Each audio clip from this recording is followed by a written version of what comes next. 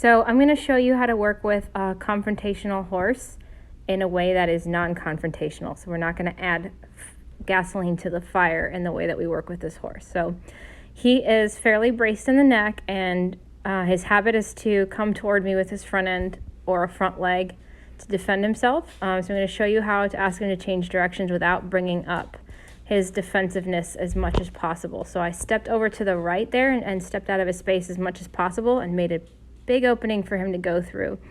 And it's important that though he's tight and though he's bothered, I try to keep my energy steady and rhythmic and quiet. So when I ask him to go to my right here, I'm going to step over to my left first, make an opening, find a place where he's not bothered with me being. Because if I stand right in front of him and ask him to go, he's going to throw a front leg at me. He's really sort of in the habit of using his front end for self-defense. So he got a little bothered there because I asked him by putting my hand out toward his eye to not crowd me. So I definitely will protect myself and my space, but I'm going to keep my energy and my movements not as non-confrontational as possible. And it's important to understand that just being near him is pressure that he's struggling to deal with. We don't need to amp it up more. So I'm going to step over to my left. I'm looking toward his hindquarters to help him feel that he has lots of space to go forward. And I just made a small correction there because he also has the habit of flying backwards and taking the rope from you, and he got out of the camera here. And there's Pearl to the rescue, but we are just, I'm just at this point trying to get him to go forward by going back behind his hindquarters and giving him an opening.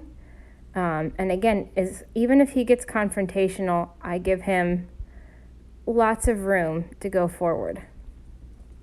And this is the first day with this horse, so he's feeling pretty bothered. A lot of his habit is showing up.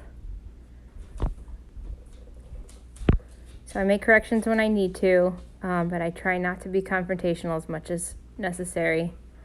But he thinks that he needs to use his front end as a weapon. So I'm just asking him to make a different choice, think different thoughts.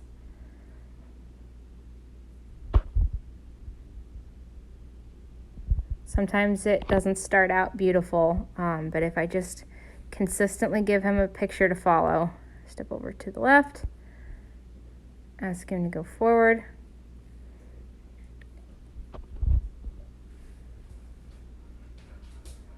I'm asking him to not crowd me by putting my right hand up by his eye. So he's got two habits. One is to pull away, and the other one is to sort of dive into me to defend himself. And he's learned that throughout his life, certainly by being crowded and having too much pressure put on him. Just step to the left. And so I just kind of show him that that's just not what we're doing. It's not about that. I'm going to always give you plenty of options. I'm going to give you lots of space. I'm going to put the least confrontational feel that I can find. And now he's starting to get a little smoother. So he's starting to change his mind about what to try. So first they're going to try what they know. And with a horse like this, sometimes we have to block options for a while until they look for something else. And here we are some weeks later. We've done a lot of work together. He's a lot softer in his neck and his mind and his whole body. He's following this feel and feeling good about it. His eye is a lot softer.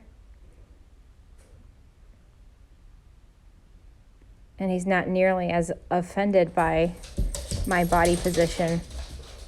So just a short couple weeks we've been working on this and is leading lots and lots of leading. He's rounding through his body. He's feeling pretty good about the things that I ask.